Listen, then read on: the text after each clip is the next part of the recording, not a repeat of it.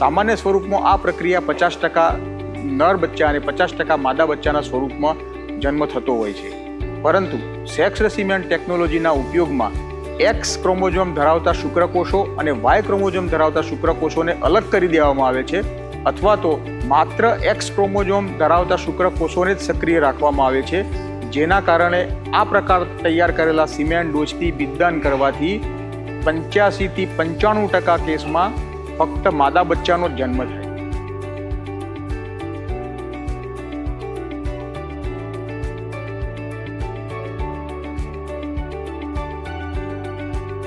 અમારા ગામમાં ઘણી મિટિંગો થતી, તેમાં અમે જાતા ને ખબર પડતી કે પ્રાકૃતિક રીતે આ બિદદાન થાય છે. સેક્સ નામનું એક બિદદાન આવે છે, તે કરાવવાથી માદાનો જન્મ થાય છે અથવા વાછરીનો જન્મ થાય છે. તે અમે મૂકવા લાગ્યાથી અમને ફાયદો ઘણો થયો.